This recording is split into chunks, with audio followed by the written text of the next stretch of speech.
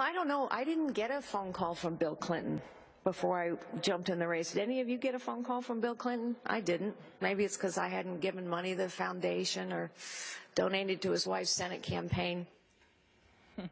Republican presidential candidate Carly Fiorina came out swinging at the so-called happy hour Republican debate, and by many accounts, she dominated the hour. She is now one of the GOP's most talked about candidates without even stepping on that primetime stage. She joins me now this morning from Cleveland. Carly, good morning. Good morning, Brooke. How are you doing? I am wonderful, and you must be feeling pretty good yourself this morning. I mean, you are one of the names everyone is talking about this morning.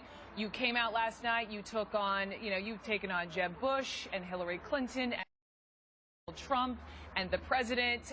According to Google, you were at one point the most Googled name last night, which is a good thing and a not so great thing. So let me begin there. Starting today, how do you really get your name out there? Well, certainly last night was a beginning. As of 4 p.m. yesterday, only 40% of Republican voters had ever heard my name. I have the lowest name ID of anyone in the race because I'm not a professional politician and I'm not a celebrity. And so I've worked really hard to meet as many people as possible, to take advantage of every opportunity that I'm given, and last night was a big opportunity for me. And so I think it's fair to say that this morning a lot more people know who I am and that I'm running for president. A lot of people, clearly, if you look at Twitter, discovered last night for the first time that there's more than one woman running for president.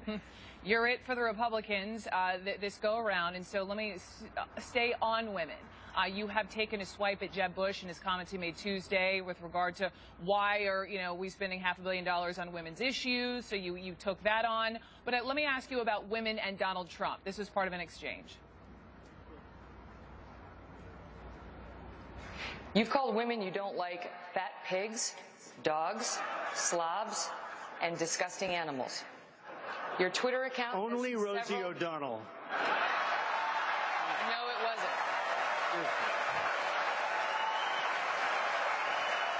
Your Twitter account...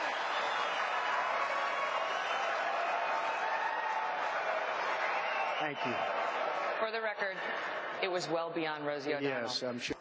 You once told a contestant on Celebrity Apprentice it would be a pretty picture to see her on her knees. Honestly, Megyn, if you don't like it, I'm sorry. I've been very nice to you, although I could probably maybe not be based on the way you have treated me, but I wouldn't do that. By the way, Rosie O'Donnell responded to that saying, try that to your kids. My question to you, how do you respond to that and Donald Trump? I have said for some time that no one who claims to represent our party should ever be judgmental in tone or vitriolic or angry.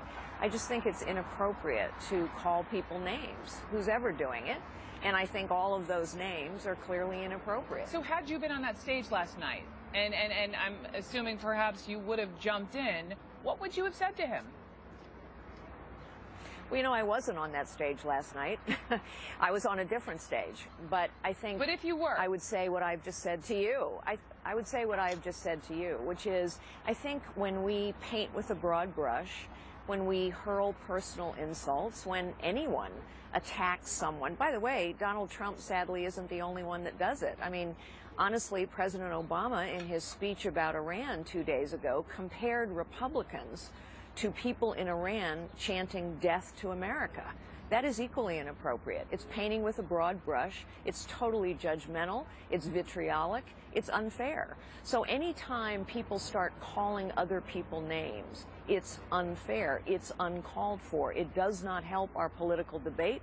Republicans and Democrats alike are guilty of it, and I think it has no place in our politics. Unfortunately, it happens all too often. I want to get back to Iran in just a second, but staying on one of the other headlines from last night, the hand raised from Donald Trump up the top, essentially not ruling out a third-party candidacy.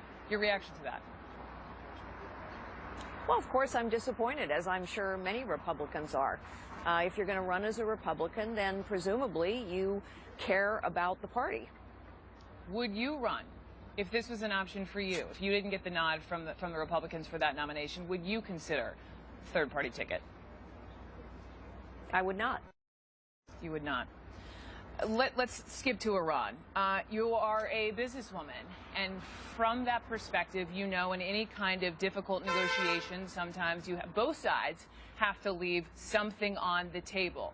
You're aware of this deal. We know of the news. We talk about the timing of Senator Chuck Schumer, you know, not saying he will not throw his support behind this deal. But I am wondering, because obviously you and so many others have criticized it, what would the better deal be? Oh, there's so many things that would have been a better deal. Number one, a true inspections regime. I mean, honestly, is that realistic, we've though? now learned there's a secret deal. Of course it's realistic. But you know what, Brooke, here's the thing. If you're going to negotiate, you need to go into a negotiation knowing what your goals are and sticking to them. President Obama was very clear about what his goals were in this negotiation. He caved on every single one. And one of the reasons he caved on every single one is another cardinal rule of negotiations is no one's going to take you seriously unless you're prepared to walk away. We never walked away. We just sat at that table. And the longer we sat at that table, the more we gave away. President Obama always presents the American people with a false choice. It's what I believe or go to war. And once again, he did that 2 days ago. One alternative to this very bad deal would have been a better deal.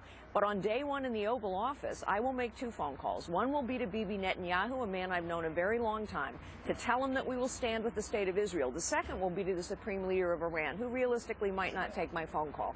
But the message would be very clear. And the message is, New Deal, unless you open every nuclear and military facility to real, anytime, anywhere inspections, we're going to make it as hard as possible for you to move money around the global financial system. We have to cut off the money flow. All right, Carly Fiorina this morning in Cleveland. Best of luck to you. Thank you so much for joining us on New Day. Thanks this so much. Friday Thanks morning. for having me.